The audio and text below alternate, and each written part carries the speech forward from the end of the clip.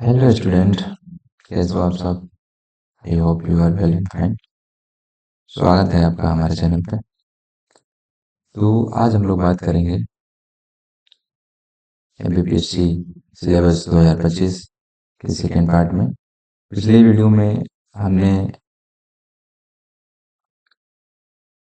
MPPSC के prelims के GS और सीसेट और मेंस के जीएस फर्स्ट का फुल डिटेल एनालिसिस किया था।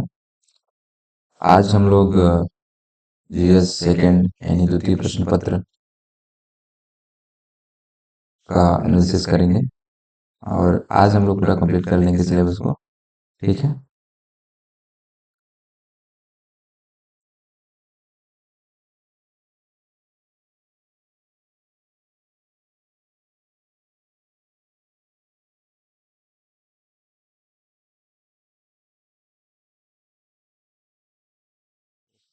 चलिए स्टार्ट करते हैं। तो अपना जो द्वितीय प्रश्न पत्र है,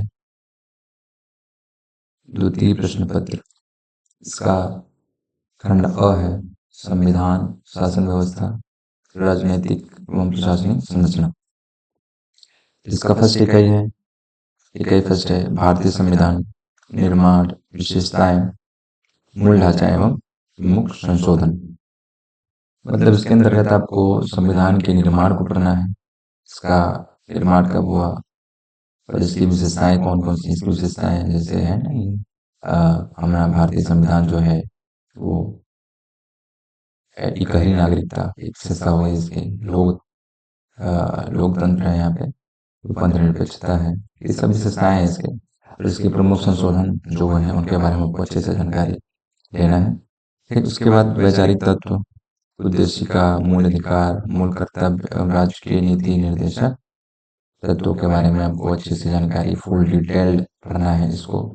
जैसे मूल कर्तव्य हो गया, तो मूल कर्तव्य कौन सा अनुच्छेद में है, कौन से संशोधन के द्वारा मूल कर्तव्य लिया गया, किस देश से लिया गया, मूल कर्तव्य कितने हैं, इस सबको आपको अच्छे से जानकारी होनी चाहिए। ठीक है, फिर अगला है संघवाद, केंद्र राज्य संबंध, उच्चतम न्यायालय, उच्च न्यायालय, न्यायिक पुनरावलोकन, न्यायिक सक्रियता, लोक अदालत, जनहित याचिका। इन सबको आपको टॉपिक वाइज एकदम क्लियर कर लेना है। ठीक है, ये सब आपको एम लक्ष्मीकांत की बुक में मिल जाएंगे, आपको एम लक्ष्मीकांत।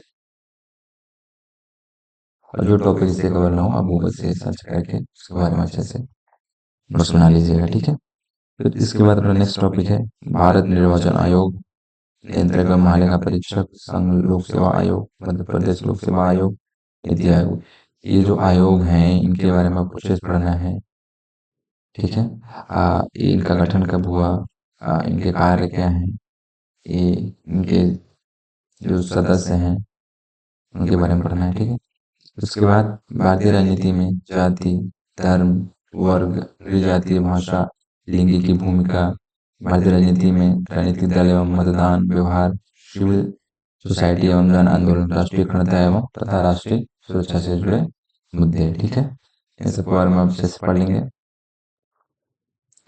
उसके बाद थर्ड इकाई में हम लोग पढ़ेंगे लोकतंत्र की विशेषताएं, राजनीतिक प्रतिनिधित्व, निर्णय प्रक्रिया में नागरिकों की भागीदारी।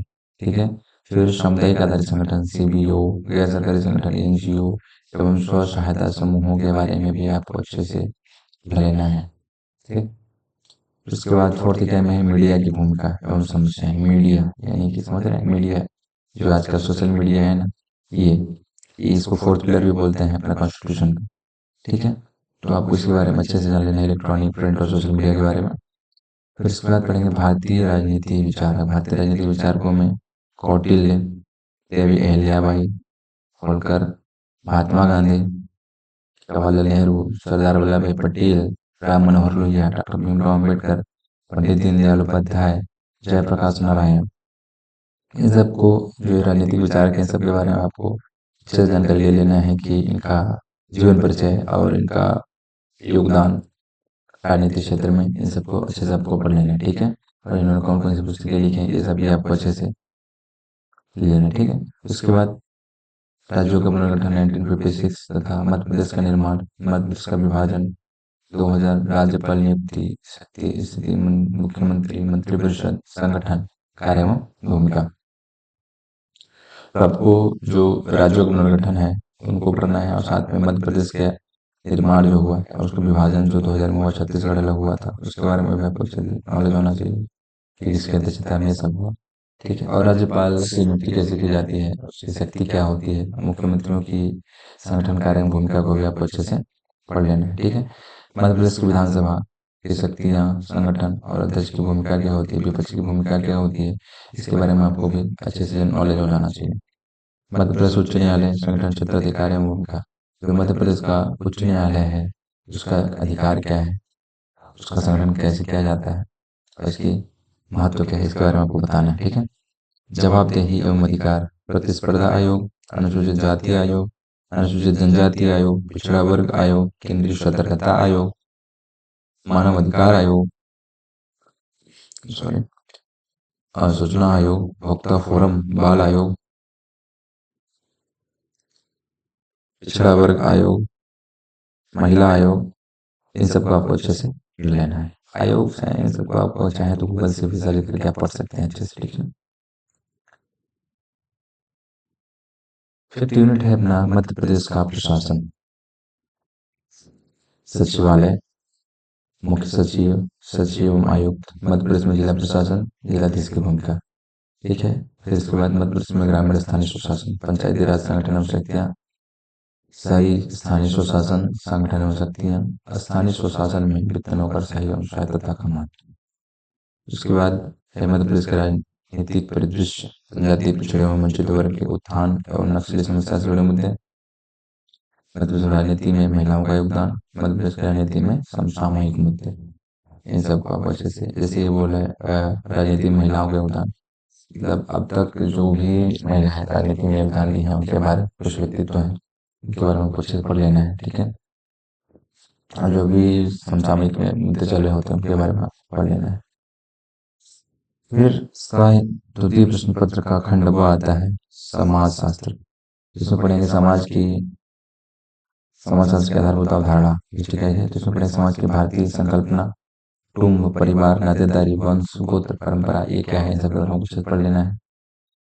समुदाय, संस्था, संघ, संस्कृति, मानदंड एवं मूल्य, इनके बारे में आपको पढ़ लेना है अच्छे से।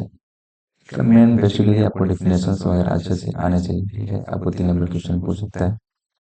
सामाजिक समस्या के तत्व, सभ्यता एवं संस्कृति का अवधारणा, भारतीय संस्कृति की विशेषताएं, सामाजिक संस्थाएं, परिवार, शिक्षा, धर्म, वर्ड, यज्ञ, संस्कार, अनुष्ठान, विभिन्न संदर्भ, जाति व्यवस्था, आश्रम, पुरुषार्थ, समाज एवं विवाह पर धर्म और संप्रदायों का प्रभाव। इसको आपको कवर करना है तो आप इंडियन सोसाइटी एनसीईआरटी की एक बुक है, इंडियन सोसाइटी 12th की, आप इसको पढ़ सकते हैं। मतलब 11th 12th की एनसीईआरटी अगर पढ़ लेंगे आप सोसाइटी सोशोलॉजी की, तो आपका ये कवर हो जाएगा। उसके बाद मेरा सेकंड है भारतीय समाज में विविधता और चुनौतियां। ठीक है।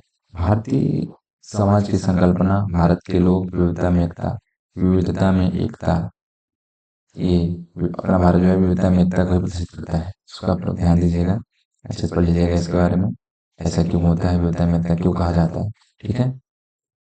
सांस्कृतिक विविधता, क्षेत्रीय, भाषाई, धार्मिक और जनजातीय, अपराध का बदलता परिदृश्य, नशीली दवाओं की लत, आत्महत्या, साइबर अपराध, महिलाओं के प्रति अपराध, घरेलू हिंसा, इन सब के बारे में आप तो जानते ही हैं, लेकिन इन सब के बारे में अगर आप एक बार पढ़ लेंगे तो आपको लिखने में अच्छा होगा, अच्छे से लिख पाएंगे आप। वर्तमान बहस, भारत में परंपरा और आधुनिकता, परंपरा बनाम आधुनिकता। ठीक है। राष्ट्र निर्माण की समस्याएं हैं, धर्मनिरपेक्षता, बहुलवाद, राष्ट्र निर्माण। ठीक। उसके बाद अगला इकाई है इकाई थर्ड, वो है ग्रामीण एवं नगरीय समाज शास्त्र। ग्रामीण समाज के अध्ययन के उपागम, ग्रामीण शहरी अंतर, ग्रामीणवाद और नगरवाद, किसान अध्ययन, 73वें संशोधन से पहले और बाद में पंचायती राज व्यवस्था, ग्रामीण नेतृत्व, गुटबाजी एवं लोक सशक्तिकरण। उसके बाद पढ़ेंगे ग्रामीण विकास के सामाजिक मुद्दे, रणनीतियाँ, बंधुआ एवं प्रवासी मजदूर, ग्रामीण समाज में बदलाव के रुझान। ठीक है। देन उसके बाद अगला टॉपिक जो आएगा अपना नगरीय समुदाय की विशेषताएं, नगरीय समुदाय में परिवर्तन, नगरीकरण के कारण एवं प्रभाव। ये सब आपको जो आम बोलचाल की भाषा में जैसे हम लोग देख रहे हैं अभी के टाइम पे, इस सब को आप तो जानते हैं लेकिन आप अच्छे से नहीं जानते हैं। इसकी वजह से आप अगर कहीं से पढ़ लेंगे इसको गूगल से सर्च करके या किसी बुक से, तो आप इसको अच्छे तरीके से लिख पाएंगे। ठीक है। इसके बाद नगर नियोजन की अवधारणा, नगर नियोजन को प्रभावित करने वाले कारक, भारत में नगर प्रबंधन की समस्याएं। ठीक। उसके बाद फोर्थ है इकाई है औद्योगिकरण, वैश्वीकरण, सामाजिक विकास एवं जनसंख्या। भारत में औद्योगिकरण, भारत में औद्योगिकरण और सामाजिक परिवर्तन, परिवार शिक्षा स्तरीकरण पर प्रभाव, औद्योगिक समाज में वर्ग और वर्ग संघर्ष। उसके बाद है वैश्वीकरण की चुनौतियां, समाजशास्त्र का भारतीयकरण। वैश्वीकरण जानते क्या है? विश्व का एकीकरण वैश्वीकरण कहलाता है। ठीक है। औद्योगिकरण मतलब उद्योगों की स्थापना, अधिमात्रण औद्योगिकरण कहलाएगा। ठीक है। तो वैश्वीकरण की चुनौतियां, समाजशास्त्र का भारतीयकरण, शिक्षा का निजीकरण, सामाजिक संरचना और विकास, सुविधा प्रदाता अवरोध, विकास और सामाजिक आर्थिक समानता। इन सबका वजह पढ़ना। जैसे ये बोल रहा है कि शिक्षा का निजीकरण, शिक्षा का निजीकरण का बताना है कि इसके क्या प्रभाव पड़ेंगे, क्या शिक्षा का निजीकरण करना चाहिए नहीं करना चाहिए, कि कहाँ तक उचित है, इसके बारे में आपको अपनी राय देना है और साथ में पढ़ना है इसके बारे में। ठीक है। फिर संस्कृति एवं विकास, सहायक बातें के रूप में संस्कृति और आधुनिकीकरण, पश्चिमीकरण। भारत में जनसंख्या वृद्धि और वितरण, 1901 में वृद्धि कारण और प्रभाव, अवधारणाएं, प्रजनन क्षमता, मृत्यु दर, रुग्णता, प्रवास, आयु एवं लिंग संरचना। इनको आप अच्छे से इनकी परिभाषाएं वगैरह पढ़ लीजिएगा और साथ में करंट डाटा भी लिख लीजिएगा। ये 3 नंबर में आपसे क्वेश्चन पूछ सकता है। ओके। उसके बाद अपना फिफ्थ यूनिट है वो है मानव संसाधन विकास और सामाजिक कल्याण की योजनाएं। मतलब जो भी मानव के लिए कल्याण की योजनाएं चलाई गई हैं उनके बारे में पढ़ना है। जैसे राष्ट्रीय शिक्षा नीति 2020, इसका विजन सिद्धांत, स्कूली शिक्षा, उच्च शिक्षा, व्यावसायिक शिक्षा, ऑनलाइन शिक्षा, डिजिटल शिक्षा, व्यस्त शिक्षा और जीवन पर्यंत सीखना, सामाजिक वर्गों और उनके कल्याण कार्यक्रमों से संबंधित मुद्दे, वरिष्ठ नागरिक, बच्चे, महिलाएं, विशेषाधिकार प्राप्त वर्ग, विकासात्मक परियोजनाओं से संपन्न विस्थापित समूह, बालिकाओं की शिक्षा से जुड़े मुद्दे, इन सबका आपको अच्छे से पढ़ लेना है। ठीक है। सामुदायिक विकास कार्यक्रम, विस्तार शिक्षा, पंचायती राज, सामुदायिक विकास में गैर सरकारी संगठन नो एनजीओ की भूमिका। मध्य प्रदेश में जनजातियों की स्थिति, सामाजिक संरचना, रीति रिवाज, जनजातियों में विश्वास, विवाह, रिश्तेदारी, धार्मिक विश्वास, परंपराएं, त्योहार और उत्सव, मध्य प्रदेश की लोक संस्कृति। उसके बाद तृतीय प्रश्न पत्र आ जाता है। तृतीय प्रश्न पत्र में फर्स्ट जो है, फर्स्ट खंड है जो इसका, वो है अर्थशास्त्र। इसका पहले हमने भारतीय अर्थशास्त्र के मौलिक पहलू, इसके अंतर्गत हम लोग पढ़ेंगे भारतीय अर्थशास्त्र की प्रमुख विशेषताएं, विकसित भारत @ 2047, कृषि उद्योग सेवा क्षेत्र के क्षेत्रीय योगदान, राष्ट्रीय की विभिन्न अवधारणाएं, राष्ट्रीय आय की विभिन्न अवधारणाएं मतलब जीडीपी हो गया, एनडीपी हो गया, जीएनपी हो गया, एनएनपी हो गया, इन सबको आपको अच्छे से पढ़ लेना है। ठीक है। इनकी परिभाषाएं वगैरह और इनको कैसे निकाला जाता है इसके बारे में पढ़ लेना। ठीक है। फिर प्रमुख फसलें और फसल पैटर्न, मतलब कि प्रमुख फसलें जैसे गेहूँ, धान, ज्वार, बाजरा, ये सब है इनका, और इनका कैसे बोया जाता है, पैटर्न क्या है, पहले कौन बोया जाता है, क्या कैसे, इन सबको आपको जानना है। फिर उत्पादकता के बारे में आपको चलते। ठीक है। चुनौतियां, घटती उत्पादकता, किसान संकट, मौसम पर निर्भरता। ये टॉपिक जैसे घटती उत्पादकता मतलब कि अब जो कृषि पैदावार हो रही है उसमें उत्पादन घट घट रहा है, ऐसा क्यों हो रहा है, इसके बारे में आपको बताना है, समस्याओं के इसके प्रभावों को बताना है। किसान संकट और मौसम पर निर्भरता, इसके बारे में आपको उपाय सुझाने होंगे, या मौसम पर निर्भरता है तो ऐसा क्यों है, इसके बारे में आपको बताना है। ठीक है। फिर सरकारी पहल में पीएम किसान, एनएमएस है, विभिन्न योजनाएं जो सरकारी द्वारा किए गए पहल हैं उनके बारे में आपको बताना है। कृषि मूल्य नीति, विपणन एवं वित्त, मूल्यवर्धन के लिए कृषि स्टार्टअप और कृषि संस्करण, भारत में औद्योगिक नीतियां और औद्योगिक विकास, निर्माण और अधोसंरचना, मेक इन इंडिया और अधोसंरचना परियोजनाएं, आतिथ्य और पर्यटन, विदेशी मुद्रा में आय योगदान, भारत में वस्तु व सेवाओं का मानकीकरण। अगला यूनिट है कराधान और नीति परिदृश्य। क्या है? कराधान और नीति परिदृश्य। इसका फर्स्ट टॉपिक है राजकोषीय नीति। राजकोषीय नीति मतलब समझ रहे हैं, जो कर नीति लगाया जाता है आम लोगों पे, जैसे हम इनकम टैक्स लगता है ना, जीएसटी, ये सब ठीक है। लोक व्यय, आगम, कराधान, घाटा प्रबंधन, मौद्रिक नीति और भारत में वित्तीय समावेशन, अनौपचारिक अर्थव्यवस्था पर नकद लेन देन का प्रभाव, खाद्य सुरक्षा एवं लोक वितरण प्रणाली, गरीबी, बेरोजगारी, क्षेत्रीय संतुलन। देखो गरीबी क्या होता है पता है? जिसमें आदमी अपनी आवश्यक आवश्यकताओं को पूरी नहीं कर पाता है, जो जीवन जीने के लिए जरूरी है वो आवश्यकताएं पूरी नहीं कर पाता है, वो गरीबी होता है। बेरोजगारी मतलब कि जो व्यक्ति शिक्षित होता है, काम करने योग्य होता है, लेकिन उसको रोजगार नहीं मिलता, वो बेरोजगारी होता है। क्षेत्रीय असंतुलन, क्षेत्रीय संतुलन। फिर उसके बाद हम लोग पढ़ेंगे भारत का विदेश व्यापार, मूल्य संरचना एवं दिशा, निर्यात प्रोत्साहन, आयात प्रतिस्थापन और विदेशी पूंजी, अंतर्राष्ट्रीय वित्तीय संस्थाओं की भूमिका जैसे आईएमएफ, विश्व बैंक, एडीबी और WTO. WTO World Trade Organization, IMF, विश्व बैंक, अंतर्राष्ट्रीय मुद्रा कोष, आईएमएफ का निष्ठ होता है, ठीक है। इस सब के बारे में आपको अच्छे से पढ़ लेना है। उसके बाद जो थर्ड यूनिट है वो मध्य प्रदेश की अर्थव्यवस्था कहा जाता है।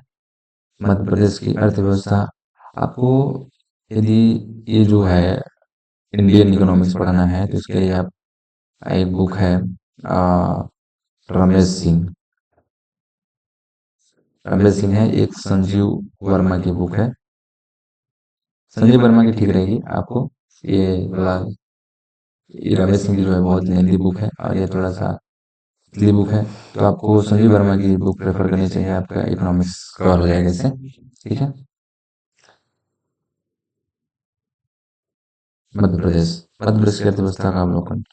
मध्य प्रदेश में राज्य घरेलू उत्पाद और प्रति व्यक्ति आय में वृद्धि, आत्मनिर्भर मध्य प्रदेश, एक जिला एक उत्पाद कार्यक्रम, प्रमुख फसलें फसल पैटर्न तथा जोत, खाद्य सुरक्षा, वितरण प्रणाली और भंडारण, उद्यानिकी, पशुधन, डेयरी, मत्स्य पालन, औद्योगिक क्षेत्र की स्थिति, अधोसंरचना का विकास, एमएसएमई और पारंपरिक उद्योगों का विकास और समर्थन, मध्य प्रदेश में ग्रामीण एवं शहरी विकास, जनजातीय अर्थव्यवस्था, कृषि पद्धति एवं प्रमुख वनोपज शिल्प एवं हाट बाजार, पर्यटन, व्यापार एवं निवेश प्रोत्साहन। इन सबको आपको अच्छे से पढ़ लेना है। अगर मध्य प्रदेश की अगर बात करें तो इसका इकोनॉमिक्स कैसे कवर किया जाता है, कोई पुड़ेकर करके बुक आती है एक, उसमें मध्य प्रदेश के इकोनॉमिक्स में आप इसको पढ़ सकते हैं सबको। और आपको इसका करेंट करंट डाटा आप पढ़ेंगे मध्य प्रदेश का कि इस टाइम पे क्या क्या योजनाएं निकाली गई हैं एग्रीकल्चर से संबंधित, इंडस्ट्री से संबंधित, ठीक है। तो आपको अच्छे से पता चल जाएगा और अच्छे से आप क्वेश्चन को कवर कर पाएंगे। उसके बाद फोर्थ यूनिट आ जाएगा मध्य प्रदेश में सामाजिक एवं आर्थिक विकास, स्वास्थ्य अधोसंरचना, शिक्षा और कौशल विकास, प्राकृतिक संसाधन प्रबंधन के लिए नीतियां, वन जल और खनिज, वित्तीय सामाजिक समावेशन एवं कल्याणकारी योजनाएं, मध्य प्रदेश की जनसांख्यिकी का अभाव, मानव संसाधन की उत्पादकता और रोजगार, मध्य प्रदेश में बौद्धिक संपदा अधिकारों की प्रगति, राज्य का राजस्व, व्यय, ऋण एवं राजकोषीय अनुशासन। और ये अपना फिफ्थ यूनिट, इसके अंतर्गत हम पढ़ेंगे सांख्यिकी, डेटा विश्लेषण, प्रायिकता, समग्र संकलन की विधियां, माध्य, मध्यिका, बहुलक, गणना, व्याख्या। तो माध्य जानते हैं, मीन, मीडियन, मूड। मूड क्या होता है जानते हैं? जिसकी आवृत्ति बार बार आती है। माध्यिका मतलब क्या होता है कि आंकड़ों की संख्या का योग और फिर उसके बट्टे में आंकड़ों की संख्या कर देते हैं, ठीक है। मीडियन क्या होता है कि जैसे कोई भी संख्या मान लीजिए दे दिया 1 2 3 4 5 6 7, बोलिए इसका मीडियन निकालिए, तो इसको हम लोग आरोही, पहले आरोही अवरोही क्रम में लिखने के बाद इसका जो बीच वाला होता है, जैसे ये बीच में है 4, तो ये अपना मीडियन हो जाएगा। अगर इसको मीन निकालना है तो इन सब का योग कर देना है, साथ में 7 के साथ डिवाइड कर देना है, तो आपका मीन निकल जाएगा। अब मूड कैसे निकलेगा? मूड जिसकी आवृत्ति सबसे ज़्यादा बार आती है, इसमें किसी की आवृत्ति बार नहीं है। अगर 6 7 ऐसे कर दूं तो 7 की आवृत्ति सबसे ज़्यादा बार हो जाएगी, तो इसका मूड 7 हो जाएगा, ऐसा होता है। ठीक है। डेटा विश्लेषण के प्रकार: गुणात्मक बनाम अनुमानात्मक, तृतीय चयन विधियां, डेटा प्रस्तुति तकनीक, केवल चार्ट एवं ग्राफ, प्रायिकता की बुनियादी अवधारणाएं। प्रायिकता समझते हैं, प्रोबेबिलिटी, प्रोबेबिलिटी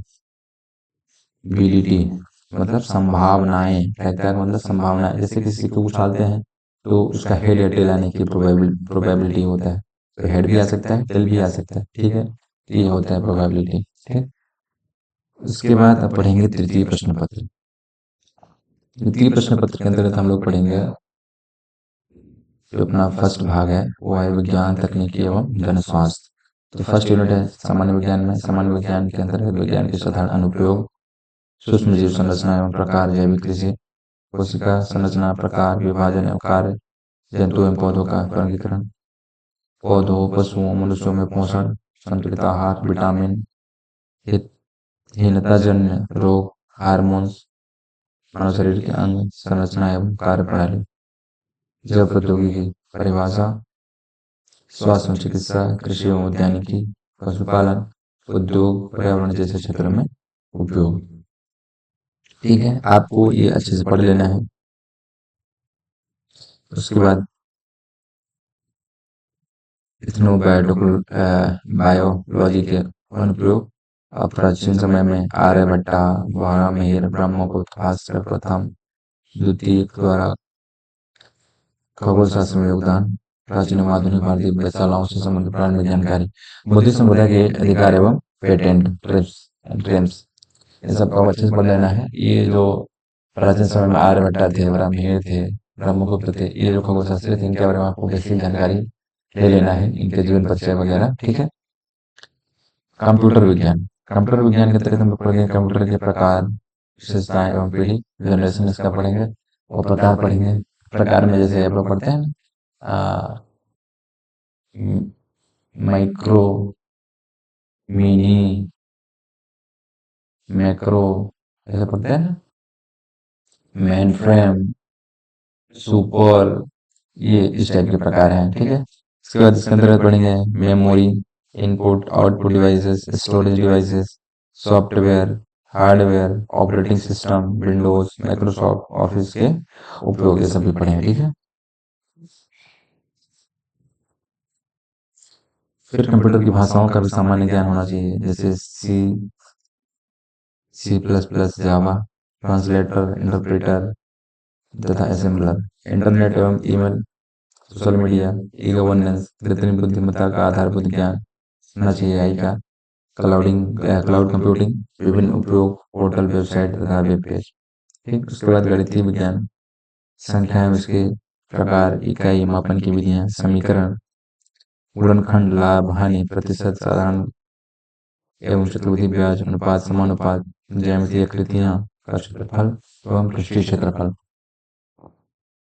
उसके बाद इकाई थर्ड में हम लोग पढ़ेंगे आयुष, आयुष, आयुर्वेद, योग एवं प्राकृतिक चिकित्सा, यूनानी, सिद्धा, शो, रिक्वा, हेम्योपैथी चिकित्सा पद्धतियां एवं मूल सिद्धांत, one nation one health system policy 2013, Ayurveda, त्रिदोष, पंच महाभूत, आकाश, वायु, अग्नि, जल, पृथ्वी, दिनचर्या, ऋतुचर्या, पंचकर्म की प्रारंभिक जानकारी, जैविक घड़ी, केंद्र, राज्य, जिला एवं ग्राम स्तर पर आयुष सहित स्वास्थ्य प्रशासन, राष्ट्रीय स्वास्थ्य नीति एवं इसमें आयुर्वेद का क्षेत्र,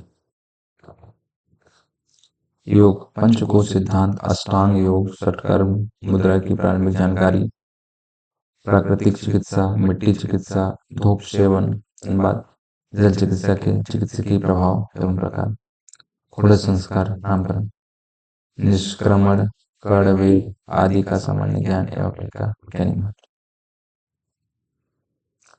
राष्ट्रीय स्वास्थ्य कार्यक्रम, स्वास्थ्य, स्वच्छता एवं बीमारियां, एड्स, NACP, अंधात्व, NPCB, पोलियो, राष्ट्रीय क्षय निवारण कार्यक्रम, वेक्टर जनित रोग नियंत्रण कार्यक्रम, प्रजनन एवं बाल स्वास्थ्य, RCH कार्यक्रम, integrated child development scheme, ICDS, सार्वभौमिक एवं राष्ट्रीय टीकाकरण कार्यक्रम, राष्ट्रीय आयुष मिशन, NAM, राष्ट्रीय परिवार स्वास्थ्य सर्वेक्षण, NFHS, स्वच्छ भारत मिशन, आयुष्मान भारत योजना, राष्ट्रीय स्वास्थ्य मिशन, NRHM और NAUHS, मध्यवर्षीय मातृ मृत्यु दर, विभिन्न बायोमार्कर तथा हेमेटोलॉजी, बायोकेमिस्ट्री, सीरोलॉजी के सामान्य स्तर की जानकारी, प्राथमिक स्वास्थ्य देखभाल, प्राथमिक स्वास्थ्य देखभाल सिद्धांत, तत्व, स्वास्थ्य देखभाल के स्तर, उपकेंद्र एवं ग्राम स्तर पर प्राथमिक स्वास्थ्य देखभाल की संरचना, प्राथमिक स्वास्थ्य देखभाल केंद्र, समुदाय स्वास्थ्य केंद्र और ग्रामीण चिकित्सालयों के स्तर। उसके बाद 5th यूनिट है भारतीय परंपरा और संस्कृति की पर्यावरण की अवधारणा, जनपद उद्ध्वंस, वायु, जल, देश काल की विकृतियां, मानव गतिविधियों का पर्यावरण पर प्रभाव, पर्यावरण से संबंधित नैतिकता और मूल्य, जैव विविधता, विशेष रूप से मध्यवर्षीय के संदर्भ में वायु, पर्यावरण प्रदूषण, जलवायु परिवर्तन, प्रायः विलुप्त प्रजातियां, पर्यावरण से संबंधित समस्याएं और चुनौतियां, पर्यावरण के कारण और प्रभाव, पर्यावरण शिक्षा, सार्वजनिक जन जागरूकता कार्यक्रम, पर्यावरण शिक्षा एवं उसका स्वास्थ्य और सुरक्षा से संबंध। उसके बाद पर्यावरण अनुकूल प्रौद्योगिकी, पर्यावरण संरक्षण के संवैधानिक प्रावधान, पर्यावरण संरक्षण नीतियां, नियामक ढांचा, पर्यावरण संरक्षण में मध्यवर्ष की जनजातियों की भूमिका, बैगास, आर्यावार्य, भील, गोंड इत्यादि जनजातियों की भूमिका क्या है पर्यावरण संरक्षण में, इनके बारे में बताना है।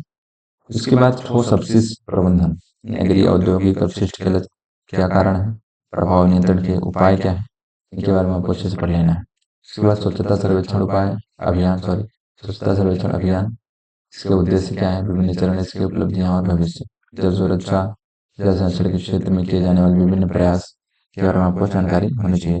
उसके बाद हम लोग पढ़ेंगे चतुर्थ प्रश्न पत्र के सिलेबस के बारे में। तो आज इतना ही। अब इसके बाद नेक्स्ट पार्ट में हम चतुर्थ प्रश्न पत्र और साथ में 5th प्रश्न पत्र को पढ़ेंगे, सिलेबस को जानेंगे। तो आज के लिए इतना ही। धन्यवाद। वीडियो अच्छा लगता है तो लाइक सब्सक्राइब जरूर कीजिएगा।